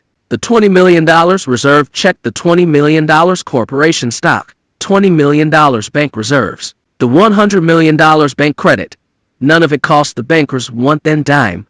Therefore, the $100 million in notes, mortgages, etc., which they bought with the bank credit, cost them not one thin dime. Then the $120 million profit they added to their account cost them not one thin dime. Their customers got the use of the $100 million at heavy interest cost for just a short time. Then it became the permanent assets of the bankers. The whole process was just simple bookkeeping. That's how Sir Josiah's stamp meant bankers would, with the flick of a pen, create enough money to buy the world back again. Legalized robbery. The United States government issued more than $250 billion U.S. bonds during World War II. http://yamaguchi.netfirms.com/legalized_04.html 47 5.4.20069 hours 13 minutes and 12 seconds. Silas Walter Adams, The Legalized Crime of Banking, Chapter 4. The Federal Reserve banking system bought every bond, giving the government deposit credit on the books of the reserve banks. The Federal Reserve banking system is a 100% private corporation, federal in name only. Let's summarize the magic touch of bankers. The Treasury wrote checks totaling $250 billion. The recipients deposited these checks in commercial banks, creating $250 billion. Deposits to the credit of those who served the nation or sold the United States goods. Banks sent them to reserve banks, increasing their reserves $250 billion. Then the banks wrote on their books $1.25 trillion additional bank credits, which they could lend or use to buy securities, which would add $1.25 trillion in new bank deposits. These checks of the government first created $250 billion deposits, then created $250 billion bank reserves, which ballooned into $1,250 billion bank credit. In due time, the commercial banks will collect all loans and resell all securities. This will transfer from their customers' deposit accounts $1.25 trillion to the bank's profit account. Now, let's total up banks' war profits. U.S. bonds $250 billion. Deposits to banks' accounts $1,250 billion. The price of the World War II total $1,500 billion. Adding the $250 billion deposits that the banks paid the government for the bonds, and we find the war created $1,750 billion monetary assets, and only the $250 billion the reserve. Banks paid the government escape their assets, but they have the U.S. bonds, which cost them not one thin dime. And they sell the U.S. bonds daily, which will finally transfer the $250 billion deposits they gave for the bonds, and the complete ownership will be theirs. Their Sir Josiah was vindicated in one war. With the flick of fountain pens the bankers created, in 5 years, $1.75 trillion in monetary values. And at the end of the cycle, securities and deposits are their assets, and none of it cost the bankers one thin dime. They are madmen madly plunging the world into World War III, Creditalism's Armageddon. The people pay for the wars in materials, human sacrifice, the cold corpses, and mangled living bodies of their sons in anguish, toil, sweat, tears, and blood, yet they plod back to empty larder in a roofless home, and before they can eat or buy material to build their home and a lot to rest it on, they must fall upon their knees before these bankers who contributed no materials, no sweat, few tears, and little blood, who made $1.75 trillion just by selling Uncle Sam the nation's own credit for enough of these $1.75 trillion of bank credit to build their little cottages. With cold indifference, the banker said, "You have no credit. You must get the government to endorse your notes." That to the men who had fought while these bankers stole from them and the rest of us, legally, $250 billion in U.S. bonds and $1.25 trillion in bank credit. Beefsteak selling at $1.1 a pound, $30. Land selling for $400. A $1,234 cottage selling for $5,275 is the result of this increase of bank deposits. Inflation of money. High prices are not inflation. http://yamagachi.netfirms.com/legalized_04.html 507 5.4.20069 hours, 13 minutes, and 12 seconds. Silas Walter Adams, The Legalized Crime of Banking, Chapter 4. They grow out of the inflation of money. Price rises should keep pace with money increases. The government's price controls is an effort, in obedience to the orders of the reserve banks, to compel the people to accept, for their goods and services, a cheap dollar. Only the deposits and checking accounts reflect the money supply. That's why bankers, aided and abetted by the government, beat down wages, then take every payday huge sums as taxes, fight for higher utility profits, urge you to put your money into savings accounts, and urge you to purchase U.S. all bonds and corporation securities. A hungry housewife drools as she sees the thick, juicy $1.1 steak, touches it shyly, and lifts a soup bone into the shiny grocery cart, and hurries away. If all deposit dollars were demand deposits, and there were no price controls, steaks would cost $11 a pound, and $300 salary would be $3,000 a month. The worthless German mark would be worth more. Why the difference? The German marks were printed in the hands of the people. The American dollars are figures on bankers' ledgers. The American bankers are set to follow Germany's lead. Rumnell has said, banks will not bust. As in the 30s, as often as the depositors ask for cash, greenbacks will be handed out to them. These will be Federal Reserve notes, which cost them only 30 cents per $1,000, and they will pay Uncle Sam the 30 cents with new deposit dollars, which cost the bankers not one thin dime. The greenbacks you get will be fiat money, redeemable in its kind, like giving a hot check for a hot check. Look at a Federal Reserve note. Read redeemable in lawful money, not in silver, not in gold. It is lawful money. On demand, the banker or Treasury of the United States would hand you another Reserve Corporation fiat note, but the government has already printed for the Reserve Bank's $21,964,687,524 May 31st, 1957 circulation statement of United States money, Federal Reserve, gold certificates, not for circulation, which bankers hold. This gives them title to our entire gold. It cost them just to have them engraved $8 million, and they paid this with new hot deposits. In this way, bankers got title to $21,964,687,524 billion of gold absolutely free. Congressman Wright Patman said before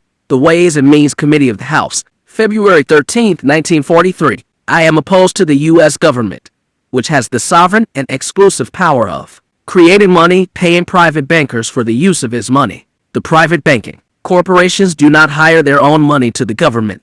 They hire only the government's money, credit, to the government, and collect an interest annually. It is now approximately $10 billion annually. They got $250 billion U.S. bonds gratis. The people must pay the bonds too. Congressman Jerry Vaught has said, banks should lend money, not create it. The government should create money, but not lend it. The Constitution says, the Congress shall have the power to coin money, regulate the value thereof. But it nowhere empowers Congress to redelegate this power to private corporations. There is a solution of this problem. It requires no revolutionary change, just a change of control and of management. The present system is dangerous, utterly fails to give us a sound. http://yamaguchi.netfirms.com/silas/legalized_04.html 6 of 7 5.4.20069 hours, 13 minutes, and 12 seconds. Silas Walter Adams, The Legalized Crime of Banking, Chapter 4. Stable money invites wild speculation and ill-advised and wasteful investments. Corporations water their stock as much as 168 times their physical values. See the Bora Committee report. It is unconstitutional. Our proposed change is just following the simple, plain mandate of the Constitution, eliminating the wrongs of banking and giving us a sound, non-fluctuating and buying power and volume dollar. It does no man a wrong. It gives no man an unfair advantage over another, no man a special privilege. It stimulates legitimate businesses, places a premium on honest labor and industry, protects the weak against the strong, and cuts the shackles of economic bondage from the masses and saves them from trillions in debt and billions in interest payments. It is constitutional, admittedly so. Had we made change in 1933, and the Treasury had taken credit for $250 billion, we would not owe the $279,764,369,348 as of February 28, 1956, bonds with the $10 billion annual interest payments. Banks would not hold gratis $1,750 billion in bank credit. We would have just $279 billion new and excess deposits, which the $10 billion interest we now pay would cancel out in 25 years. As it is, we'll pay in interest the $279 billion and still owe the banks the $279 billion in bonds, along with the $1,750 billion they got in addition to the bonds. The banks render to essential services: 1. Lending credit or money. 2. Keeping deposits, clearing and cashing checks. The first is a private property right and should be reserved to the people. The second is a public right and must be reserved to the nation. The system of keeping the people's money credits, cashing and clearing their checks, if divorced from the lending of money, would give us the best medium of exchange money the world has ever devised. And if the nation carefully limits its volume to the amount needed to carry on the business of the nation on an annual basis, it will be the most fluid and the soundest money on earth. Note: perhaps I should explain why I use different figures in different summations of the costs of World War II. I did it that I might play with the $250 billion and the official $276 billion. I used the 20% figures as the percentage of deposits to reserves, as the reserve book did, but would have been closer to the truth had I used the ratio of 7 instead of 5. And now the reserve banks are asking Congress to let them loan 10 times their reserves. Of course, that would have doubled all of my totals if I had used 10 instead of 5. The alarming fact, and not the exact figures, was my object always. Semicolon, the author. http colon slash slash yamaguchi.netfirms.com /Silas /legalized underscore 04.html 7 of 7 5.4.20069 hours 13 minutes and 12 seconds. Silas Walter Adams, The Legalized Crime of Banking, Chapter 5. Chapter 5. Bankers want double or nothing. Well, Josiah Stamp said that so long as a nation will let private corporations create money and control credit, one is foolish not to be a banker. 2. You have heard that there is no better way to learn than by doing. So let's you and I go into the banking business. I don't mean that we shall buy stocks in some bank. We are going to be top dogs or nothing in this our make-believe story. There is a little story behind this decision. We have been trying for years to get a bank on the wrong side of the river. The big uptown banks blocked us year after year because they didn't quite own the earth and didn't want opposition. I believe it is called competition. Since the big boys control our banking commission, the commission sat and patiently listened to our plea for a bank charter and would always say no. But you and I finally got the charter and scraped up $200,000 with another $100,000 for surplus, and we're soon in the banking business, and I mean the banking business in a big way. When we got our charter, we went to Washington and bought from the Reserve Bank $200,000 U.S. bonds. Let me add that we organized the South Austin National Bank, which gave us front seat on this master stock exchange. Well, that was good business, for we had invested our capital in the best securities on earth, the promise of Uncle Sam to pay U.S. bonds. So it was not long until we were clipping coupons and handing them over to Uncle Sammy, and he was handing us cash. Within a year we had collected $7,000, but that is chicken feed in our language. Well, you neophytes are wondering where we are going to get any money to lend. We have already lent our capital to Uncle Sam. Uncle Sam is the nicest old fellow you ever saw. When we got the bonds, he smiled and said, "Sonnies, just to show you how much I appreciate my enterprising boys, take this $200,000 in cash just as a present." Now, what do you know about that? We go to Washington with a checkbook, write a check to the Reserve Bank for $200,000, and give for that check against just ordinary bank deposits we had piled up in Austin. $200,000 in U.S. bonds and $200,000 in cash. That certainly doubled our money before we got our doors open to lend our neighbors money. Note, we used Uncle Sammy instead of the Reserve Bank, because in reality Uncle Sam stands behind them and is endorser of all that they do. Well, you look at me and I look at you, and both of us are wondering how we are going to keep robbers off our trail as we return to Texas with all of that $200,000 in cash. Uncle Sam, seeing our perplexed expressions, said, "Now, boys, you will not need all that cash to do business on. Since you are a country bank," he knew we were on the wrong side of the river, "you will need only $32,000 in the vault. Just leave all of the cash here in your reserve fund. The Reserve Bank will send you the $32,000 cash when you build your vault and get ready for business, and the $168,000 will be your reserve fund." http://yamaguchi.netfirms.com /Silas /legalized underscore 05.html 1 of 5.4.20069 hours 13 minutes and 18 seconds. Silas Walter Adams, The Legalized Crime of Banking, Chapter 5. So we came back to Austin, and having spent our last dollar buying U.S. bonds, we had to find a house we could rent to do banking business in. We could not build. Finally, we found a fellow who agreed to build us a bank building, just a modest one-story structure with picture window that lets us look out over rolling bare hills, except there were scattering live oaks here and there. It sort of hurt our feelings to be put way out of business section and behind a new trade center at that, and on a side street, but it didn't matter. We now had that better mousetrap. But finally we moved in. The Reserve Bank sent us the $32,000 to do business on, leaving us the $168,000 in our reserve funds. The San Antonio Reserve Bank, our South Austin friends, came in and left deposits with us. Even Houston and citizens from other towns came in and left deposits. They wanted to pep us up, you see, and that first night our clean new deposit books show that we had on deposit to the credit of our friends $32,000. Well, when we took those deposits, we only promised the depositors that we would cash their checks with cash that cost us nothing or see that they cleared through other banks. Of course, not one in 1,000 of our friends knew that when we sent those checks to our San Antonio Reserve Bank for clearing, that it would give us credit for these checks in our reserve fund, dollar for dollar, which amounted to $32,000. There you are again. Our customers' checks in our hands doubled.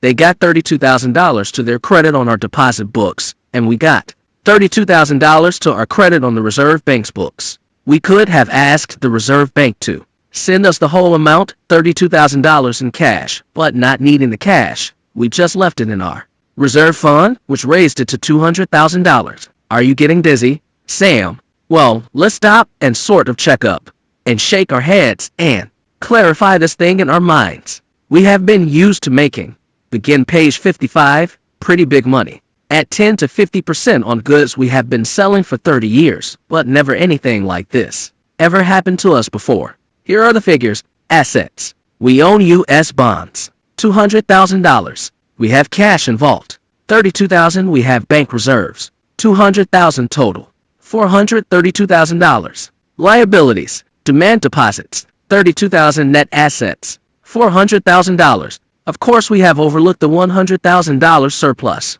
but that would just confuse us a little, and it does not amount to much anyway, so we will just let it alone. But that looks pretty good for first day's business, doesn't it? Sam, we went to Washington with a cashier's check for $200,000, and on first day of business we find that our net assets are $400,000. But, Sam, you have not heard or seen anything yet. Tomorrow we will begin. http://yamaguchi.netfirms.com/legalized_05.html to a 5.4.2006 hours, 13 minutes, and 18 seconds. Silas Walter Adams, The Legalized Crime of Banking, Chapter 5. Lending to Tom, Dick, and Harry. We will not lend any of the $32,000 cash we have. We will not lend any of the $200,000 capital we have. Of course, our capital is just figures on our books, nor any of the $100,000 surplus. We will begin lending against that $200,000 reserve fund we have on the Reserve Bank books in San Antonio. Period. We can lend $168,000 of the $200,000. We can lend 7 times that amount, so we will just write on our books to our credit 7 times $168,000, which swells our lending funds, now called bank credit, to $1,176,000. Gosh, Sam, here we are millionaires before we lend a dime.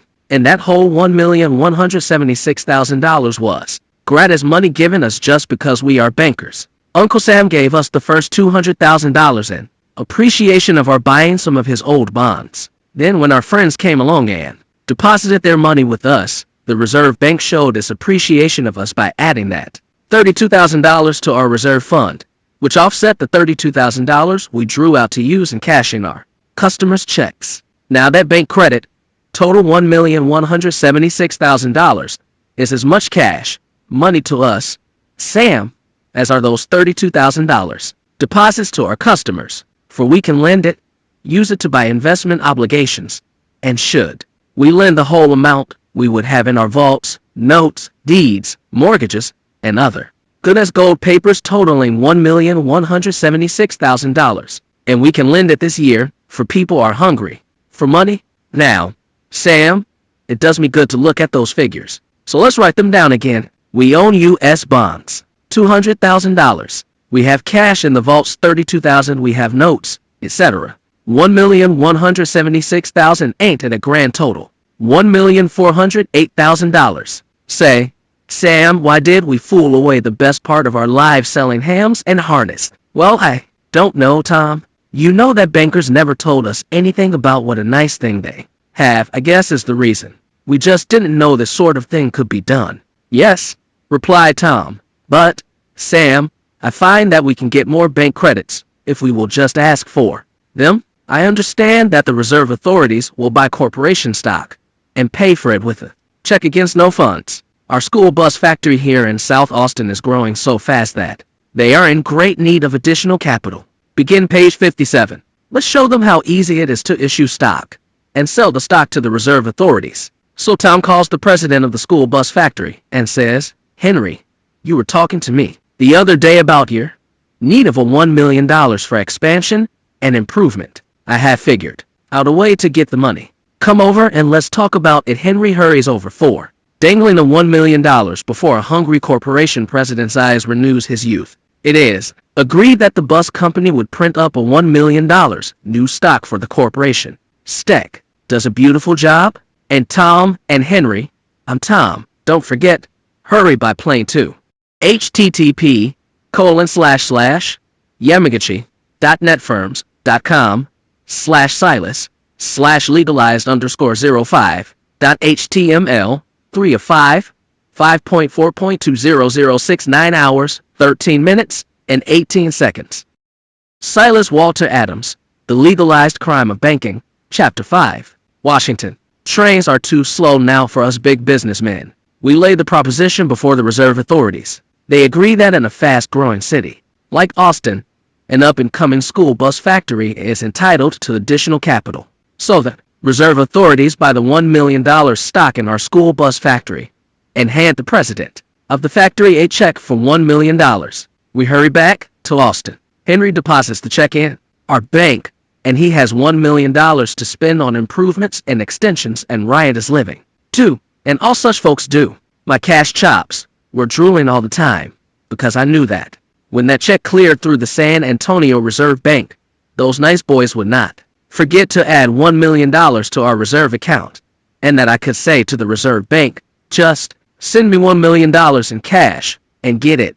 But I left it there, and on a scratch pad I deducted $160,000, leaving us $840,000 to lend. I multiplied that $840,000 by 7 and found that now we could continue to lend money for a show that our new bank credit growing out of the fact that the bus company deposited $1 million with us had been increased to $5,880,000. Of course, other banks were hogging in our gold mine for each time a customer sent a check to a person who did business with another bank.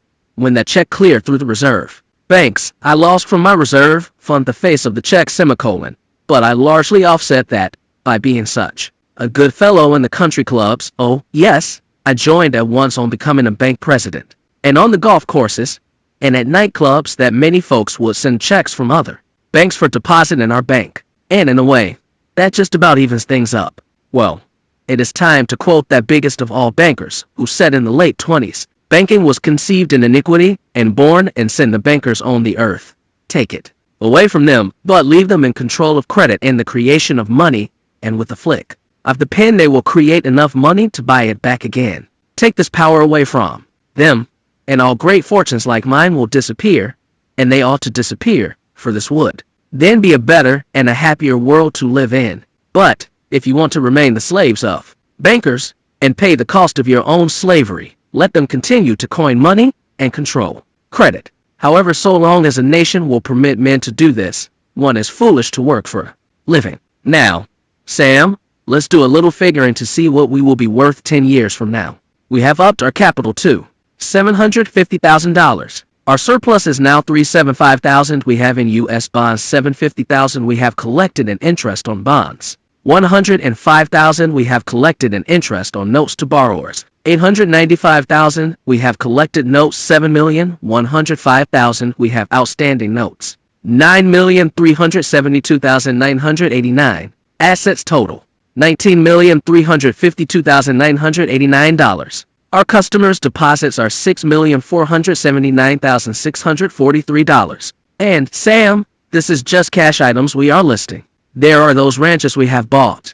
That 10 acres we bought is now oil. Now, Sam, that http://yamagachi.netfirms.com/legalized_05.html for 5.4.2006 hours, 13 minutes, and 18 seconds.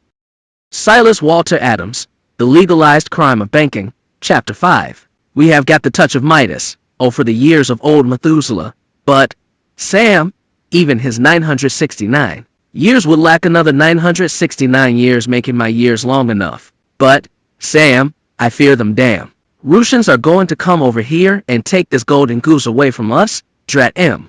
But, old Bob Thornton of Dallas hasn't beat us much. Give us another 20 years and we will have over $184 million in assets. Oh, damn, Sam, there is that damned ulcer at it again, and but surely this is not me. Grab my expansive paunch with my Midas hands, and a grimace contorts my creases face. What a finale.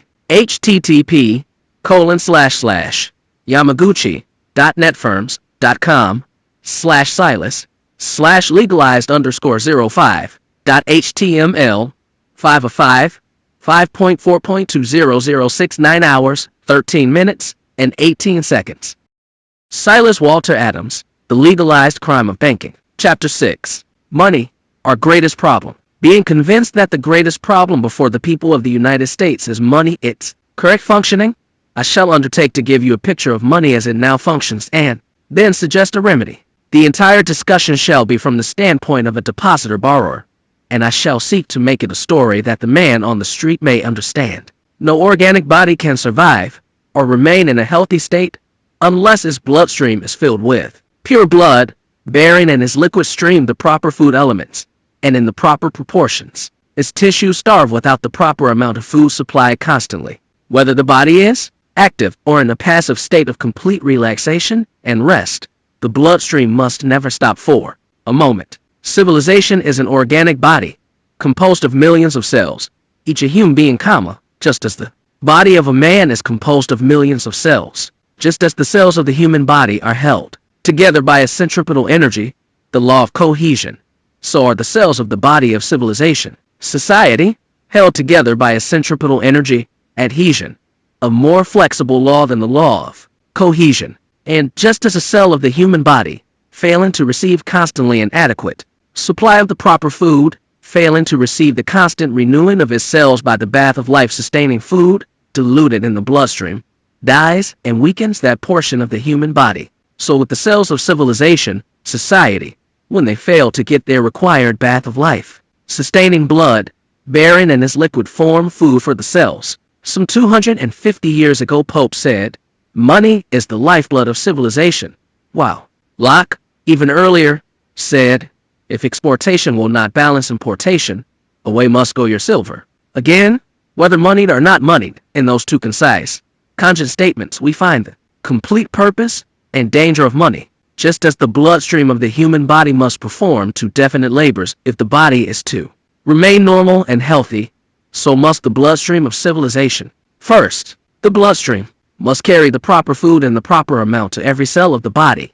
And, second, the bloodstream must carry away worn out and or unneeded particles of food and of the body. To carry this simile further, while money is the lifeblood of civilization, the banking system is the arteries and veins of the body of civilization through which this lifeblood flows. The two functions of banking, the keeping of the people's money on deposit together with the cashing and clearing of their checks, and the lending of money, fit nicely into the figure of speech. The Treasury of the United States, ought to be, under the Constitution of the United States, is the heart of the blood system, while the banks are main arteries and veins, and the depositing of money in the banks and the checking it out is the network of capillaries breaking down the bloodstream and taking food to every particle of the body. This the banks fail to do consistently. Money lending is an aid to the process of growth, which adds new tissues to the body by swelling the bloodstream. http://yamaguchi.netfirms.com/legalized_06.html 1 of 8 5.4.2006 hours 13 minutes and 23 seconds. Silas Walter Adams, The Legalized Crime of Banking. In other words, every human being in a social state has direct contact with the bloodstream. Money, the use of it, that he may clothe, feed, shelter, and entertain himself. And, conversely, as often as he has an excess of any human necessity or luxury, he must dispose of it and should receive for it money that he may keep his money stream normal and healthy, that he may spend money for what he has not. He must receive money for his excess and the ideal condition. obtains when he receives for his excess goods the exact amount required to buy the goods he lacks. If he receives more than he spends, he shunts from the bloodstream that much which, if continued, will pile up ganglions of dead capital. And, just as with the human body, tumors, often cancerous, will form and interfere with the normal functioning of the entire body of civilization. Or, if he spends more money than he receives, soon the bloodstream will fail to carry to him or another human being, maybe many, that food which their bodies must have if they remain normal and healthy. Just as tumors on the human body result finally in death too, the entire body, unless expert surgery is employed, so does a tumor on the body of civilization tend to produce the death of civilization, unless expert surgery is employed in its removal. If one segment of civilization, say a nation, sends out more money for goods than it takes in for goods sent out, it must ultimately find its bloodstream dried up, resulting in the death of that segment. And should it receive more money than it sends out, then tumors will form, and only expert surgery will prevent death. In other words, an excess of money is just as certain death to a normal and healthy human being, or to a segment of civilization, and many of its cells, as is a lack of it. Then our problem is to ascertain how we may keep the bloodstream of civilization filled with the proper amount of lifeblood, the needed portion for the cell's food supply, the outworn and unneeded particles removed, one building up, the other removing the debris. That problem can and must be solved. It can and will be solved by making proper adjustments in our modern money system. In these pages we shall undertake to indicate that solution. For 168 years banks have been using two very unlike dollars, the earned dollar and the phony dollar. The earned dollar was silver and gold coins. The miner labored long and hard to mine and separate the gold and silver from the dross. He took it to the government. The government minted the gold into coins and returned them to the miner at no cost to the miner, the free coinage practice. The government could well afford to do that, because it provided the government with metals which were in common use as money, and they, in this act, obeyed the demand of the Constitution that the Congress shall coin money and regulate the value thereof. They fixed the value of the coin at approximately the market value of the metal. Gold and silver coins were earned dollars, but finding the quantity of them too small, the government, at the behest of bankers, began the practice of printing gold and silver certificates. This was not a thing of value, not a product of labor in the truest sense of the word, but a phony gold and silver dollar added by the http://yamigachi.netfirms.com/legalized_06.html 2 of 8 5.4.2006 9 hours, 13 minutes, and 23 seconds. Silas Walter Adams, The Legalized Crime of Banking. Government to swell the volume of money. It proved to be a wise thing to do under existing conditions, and since it was done by the government for the people, it was an act of the people. And immediately on the certificates being paid out to customers of the banks and paid for products of labor, they became earned dollars. But when private banks, then national banks, then reserve banks began to flood the country with private IOUs, the earned dollar dropped into a very minor role in the money markets of the world. The earned dollar was just used for pocket and cash register change. Had the government retained control of money and credit, and issued all paper money and added all deposit credits on the books of the banks, limiting bankers, money lenders to the lending of the actual deposit credits they had in their own banks, together with such deposit credits as customers of the banks might have subrogated to them as time deposits, no harm would have been done. But when the Reserve Act made corporation stock basis of bank reserves, which in turn became the source of bank credit, which was loaned to customers and thereby transformed into deposits transferable by check, with which customers of banks made over 90% of their monetary payments, the phony dollar, the unearned dollar, practically crowded the earned dollar out of the picture, and bankers were given the power of life and death over every person in the United States by extending or withholding credit.